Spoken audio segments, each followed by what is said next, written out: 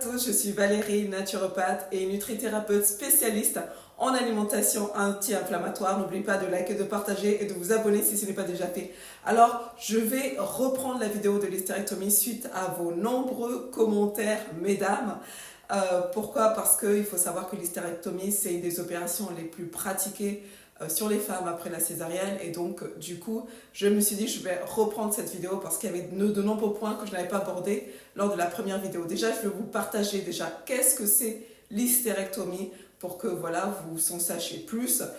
Deux, sur quelle pathologie en général on a recours à l'hystérectomie, et puis trois, ce qui va vraiment nous intéresser, c'est quel protocole au niveau naturopathique, de façon naturelle, de façon holistique, mettre en place pour récupérer au mieux, pour guérir rapidement, parce que en fait, toute opération, quelle qu'elle soit, c'est quand même un traumatisme pour le corps. Et quand on met en place, en tout cas avec les femmes que je suis, ce protocole-là, ça permet de se rétablir au mieux et au plus vite, et c'est ce qu'on veut en fait. Donc, je vous retrouve à la fin de la vidéo. N'oubliez pas de partager, de liker et de laisser vos commentaires qui aident pour toute la communauté. À tout bientôt. On va se demander qu'est-ce que c'est l'hystérectomie. C'est une intervention chirurgicale au cours de laquelle l'utérus d'une femme est retiré. Parfois, en fait, d'autres organes reproducteurs comme les ovaires, les trompes, peuvent également être retirés en même temps. Il existe différents types d'hystérectomie selon les structures. Donc, on peut avoir, par exemple, une hystérectomie totale lorsque l'utérus et le col de l'utérus sont complètement retirés. On peut avoir une hystérectomie partielle où seule une partie de l'utérus est retirée, souvent l'utérus lui-même, mais pas le col de l'utérus. Et puis, on peut avoir une hystérectomie radicale, où là, l'utérus, le col de l'utérus, les trompes, les ovaires sont tous retirés.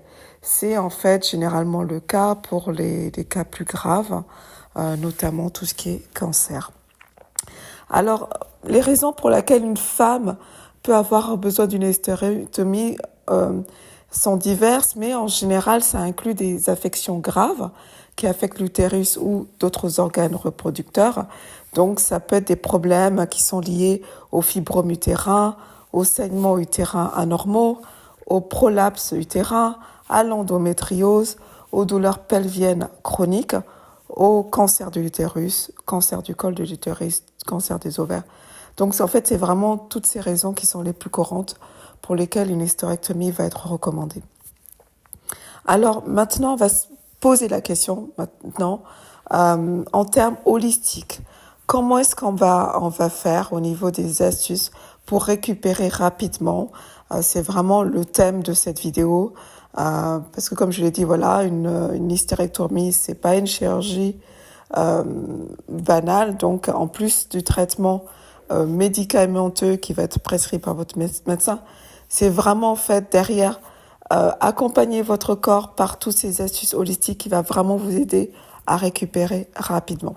Alors déjà, pour tous celles et ceux qui me suivent, ça va être toujours et encore l'alimentation saine, anti-inflammatoire. Ça va être le premier levier sur lequel on va s'appuyer pour pour vraiment favoriser une guérison rapide et diminuer notamment les risques au niveau des gaz intestinaux, parce que vous allez voir après une hystérectomie, notamment parce que ça reste une chirurgie digestive, que ce soit, quelle que soit la méthode qu'on utilise, que ce soit par cystoscopie, etc.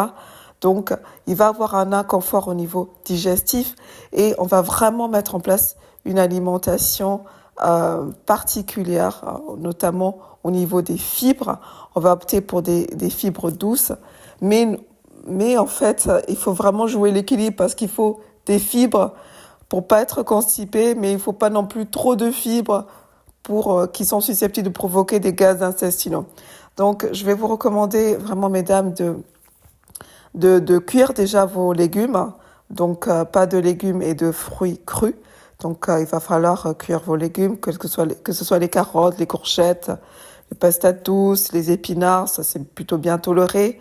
Ça fournit des fibres importantes pour une digestion saine. Et il va vraiment privilégier tout ce qui est fruits à faible teneur en fibres insolubles, comme des bananes, des baies, Si vous devez prendre des pommes, vraiment pas de pommes crues, mais vraiment cuites, voilà, parce que c'est riche en fibres, mais il faut vraiment cuire un maximum pour éviter les gaz, comme je vous l'ai dit. Et puis vraiment aussi éviter les fruits trop acides qui pourraient irriter votre estomac. En termes de légumes, faites bien attention, il va vraiment falloir éviter tout ce qui est légumes qui font trop de gaz, comme les choux, les brocolis, les choux-fleurs. Donc ça, c'est vraiment à proscrire. Et puis après, ce qui va être intéressant aussi, que vous pouvez rajouter, c'est les grains entiers doux, comme le riz basmati. Mais je vous dirais, le riz basmati, je dirais plutôt après 15 jours, pour vraiment éviter tout ce qui est constipation. Ce qui est intéressant comme grain, c'est le quinoa. Ça a des fibres, mais ça va aussi éviter la constipation. Et puis, éviter, mais vraiment au moins les 15 premiers jours, tout ce qui est légumineuse, hein, parce que ça aussi, ça produit des gaz intestinaux. Donc, quand je dis éviter les légumineuses, éviter les pois chiches, éviter les lentilles, les haricots. Voilà, donc tout ça, c'est la famille des légumineuses. Et bien entendu, pensez bien entendu à boire suffisamment d'eau toute la journée. C'est très important pour favoriser une digestion optimale et minimiser les problèmes gastro-intestinaux. En numéro 2 d'astuce, on va se pencher sur les compléments alimentaires parce que moi, en tant que nutrithérapeute, c'est vraiment là-dessus que je joue en plus de l'alimentation. Donc après une hystérectomie, comme je le dis, il va falloir soutenir votre corps et donc les compléments alimentaires, ça va vous aider à guérir rapidement, à réduire l'inflammation, à renforcer votre système immunitaire. Alors premier complément alimentaire, ça est bien entendu la vitamine D qui est importante pour le système immunitaire, surtout après une chirurgie. Votre corps il a besoin d'un soutien supplémentaire et donc la vitamine D va vous aider pour récupérer et puis c'est aussi un anti-inflammatoire la vitamine D. Ce qui va être intéressant comme supplémentation, c'est aussi les oméga 3 qui ont des propriétés anti-inflammatoires, qui peuvent aussi réduire l'inflammation post-opératoire et vous allez les trouver dans en complément alimentaire ou sinon vous pouvez prendre des poissons gras qui en contiennent, notamment ce qui est sardines. Mais faites attention peut-être plus à prendre tout ce qui est sardines je dirais après 10 jours ou 15 parce que voilà, tout ce qui est trop gras peut irriter l'intestin. Donc je dirais vraiment peut-être prendre dans un premier temps des compléments alimentaires et puis après les 15 jours, vous pouvez prendre tout ce qui est sardines. Et du saumon aussi, c'est un bon apport en oméga 3, mais vraiment pas plus d'une fois par semaine parce que c'est très gras. En autre complément alimentaire qui est intéressant, c'est bien entendu la vitamine C, parce qu'elle est essentielle pour tout ce qui est cicatrisation des tissus, tout ce qui est collagène, elle va aussi renforcer votre système immunitaire. Et quatrième complément alimentaire qui est intéressant, notamment pour restaurer et maintenir l'équilibre de la flore intestinale, ça va être les probiotiques, notamment après une intervention chirurgicale de ce type qui est digestive. Donc, ça va aussi aider à réduire les complications. Enfin, aider à réduire, je parle vite, je sais. Ça va aider à réduire les complications gastro-intestinales telles que les gaz dont je parle régulièrement et les ballonnements aussi. Voilà, donc des probiotiques, c'est intéressant. Et puis, en dernier lieu, en termes de compléments alimentaires, ça va être la curcumine, qui est un composé actif qui est présent dans le curcuma, qui a des propriétés anti-inflammatoires puissantes pour réduire l'inflammation et soulager les douleurs post-opératoires. Donc ça va aussi beaucoup vous aider. Donc j'ai fait le tour en termes de compléments alimentaires pour vous aider dans la récupération rapide. Je finis juste par le dernier, j'allais oublier, c'est le magnésium. Le magnésium, super important aussi parce que il va vraiment aussi aider après une chirurgie comme l'hystérectomie il va vous aider à avoir moins de crampes abdominales. Voilà, c'est ça. C'est en particulier pendant la période de récupération des 15 jours. Donc le magnésium, ça va vraiment vous aider à détendre les muscles abdominaux et aussi à réduire l'intensité et la fréquence des crampes post-opératoires. Il va aussi, le magnésium, réguler tout ce qui est transit intestinal, parce que le magnésium, ça a un effet laxatif doux. Ça va aussi vous aider contre la constipation aussi, qui est un effet secondaire finalement caractéristique de tout ce qui est chirurgie et notamment de tout ce qui est anesthésie générale. Donc ça va vous aider pour tout ce qui est digestion, pour avoir une digestion confortable. Et puis, notamment pour celles qui ont eu une hystérectomie totale, c'est-à-dire que les ovaires ont été retirés. Donc on le sait, à long terme, il y a un risque accru de perte osseuse et notamment d'ostéoporose. Et donc le magnésium, c'est vraiment essentiel pour tout ce qui est santé osseuse. Voilà, ça va être nécessaire pour l'absorption et le métabolisme du calcium, qui est un minéral important pour la densité osseuse.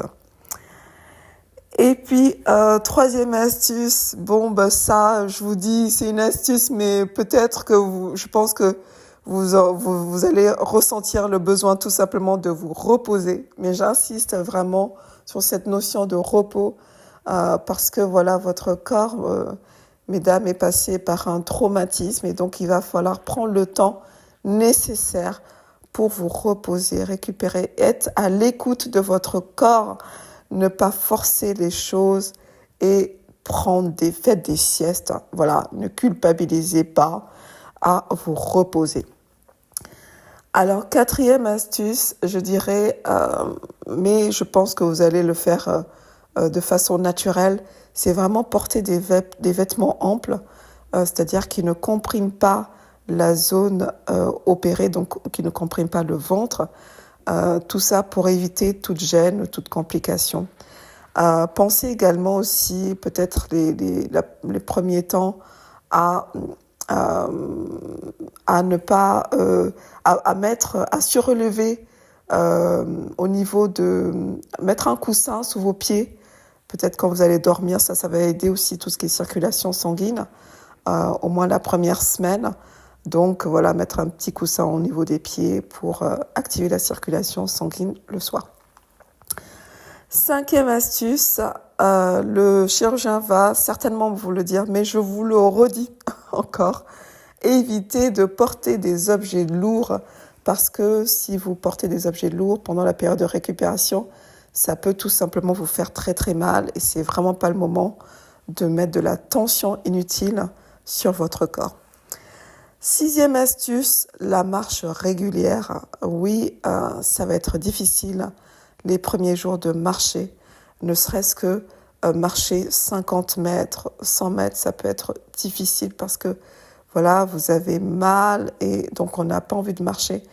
Mais prenez le temps de marcher régulièrement à votre rythme, en écoutant votre corps, sans forcer, parce que ça va vous aider au niveau de la stimulation de la circulation sanguine. Ça va aussi favoriser une guérison plus rapide. Donc, aucune culpabilité. Commencez par marcher lentement, progressivement, en étant à l'écoute de votre corps et au fil du temps, en fonction de vos capacités. Mais marchez de façon régulière. Si c'est que 5 minutes au début, c'est que 5 minutes. Si c'est que 10 minutes au début, c'est que 10 minutes. Mais marchez régulièrement. Alors, septième astuce, on passe au soutien psychologique. Alors, j'insiste sur cet aspect-là parce qu'une hystérectomie, c'est une intervention chirurgicale qui est majeure, qui peut avoir un impact émotionnel significatif sur une femme, parce que derrière ça, on a quand même la perte d'un organe reproducteur. On a eu, pour celles qui n'ont peut-être pas eu d'enfants, il y a eu cet impact émotionnel sur la fertilité.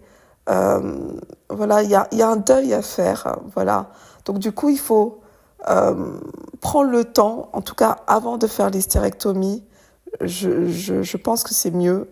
N'attendez pas de faire ce soutien psychologique après. Je pense qu'il faut peut-être le mettre, notamment pour celles qui n'ont pas eu d'enfants et qui ont dû passer malheureusement par cette phase d'hystérectomie.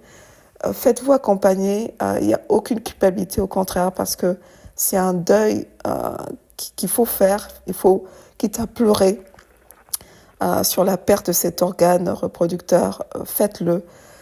Et puis après, pour celles qui ont des enfants, c'était pas le problème, mais qui ont eu la perte des ovaires, et donc du coup ça entraîne un changement hormonal conséquent, et donc ces femmes-là vont traverser une gamme d'émotions telles que la tristesse, la perte, l'anxiété, peut-être une dépression post-opératoire. N'hésitez pas à faire ce soutien psychologique pour pouvoir traiter toutes ces émotions qui sont normales, et donc il faut vraiment pouvoir les exprimer pour pouvoir guérir plus facilement, parce que n'oubliez pas qu'on est avant tout, on est, je le dis toujours, esprit et corps, et donc on a besoin de guérir ce plan émotionnel pour pouvoir guérir au niveau physique. 8e astuce et dernière, ça va être tout ce qui est kinésithérapie pelvienne. Oui, je sais, votre chirurgien va vous dire « Oh, mais vous en avez absolument pas besoin après l'hystérectomie. » Mais non, non, non, vous en aurez besoin. Une kinésithérapie pelvienne, c'est une thérapie physique qui va se concentrer sur la restauration et le renforcement des muscles pelviens, y compris les muscles du plancher pelvien. Et après une hystérectomie, les muscles pelviens peuvent devenir faibles ou tendus en raison de l'intervention chirurgicale et de la modification de l'anatomie. Et donc, vous aurez besoin de cette kinésithérapie pelvienne. Ça va aider à réduire les douleurs pelviennes. Ça va aider aussi à améliorer la fonction pelvienne, à prévenir les complications post-opératoires telles que l'incontinence urinaire. Ça va aider aussi à prévenir tout ce qui est prolapse pelvienne. Ça va aussi aider à récupérer de façon complète et optimale. Donc, je sais que c'est pas facile à trouver des kinés qui sont spécialisés dans tout ce qui est kinésithérapie pelvienne, mais en tout cas, faites-le. Je sais que notamment les sages-femmes peuvent vous accompagner dans ce sens, certainement après votre période de récupération, peut-être après les 6 semaines de récupération. Donc, allez-y, faites-le. Et puis, ça va aussi, je pense, aider pour toutes, pas seulement au niveau des points que j'ai mentionnés plus haut, mais ça a aussi, indirectement, ça va vous aider aussi pour retrouver une vie sexuelle aussi plus harmonieuse. Voilà. En conclusion, l'hystérectomie est une chirurgie nécessaire parfois dans la gestion de plusieurs pathologies gynécologiques, mais au niveau de la récupération réussie, elle va nécessiter le plus souvent bien plus que des soins médicaux traditionnels. Et c'est là où l'approche holistique, naturopathique, le protocole que je vous ai donné va vraiment vous aider, mesdames, dans la récupération, la guérison optimale. Alors, merci également à toutes celles qui me suivent. Je fais une aparté parce que je viens de voir depuis ce matin que j'ai atteint mes 1000 abonnés. Donc, merci à vous tous. Ça veut dire qu'en fait, toutes mes vidéos vous sont utiles et j'essaie en tout cas d'accompagner le maximum de personnes qui me font confiance à travers les rendez-vous par visio, par WhatsApp, pour aider à restaurer, à mieux être, à améliorer leur qualité de vie, quelle que soit la pathologie, et notamment pour tout ce qui est maladie chronique. Donc, merci à vous de votre soutien, d'être présent. N'hésitez pas pour vos commentaires. Je réponds en général à tous les commentaires. Et puis, j'essaie de tenir un prix raisonnable de 50 € pour mes consultations pour que ce soit accessible à tous. Merci encore.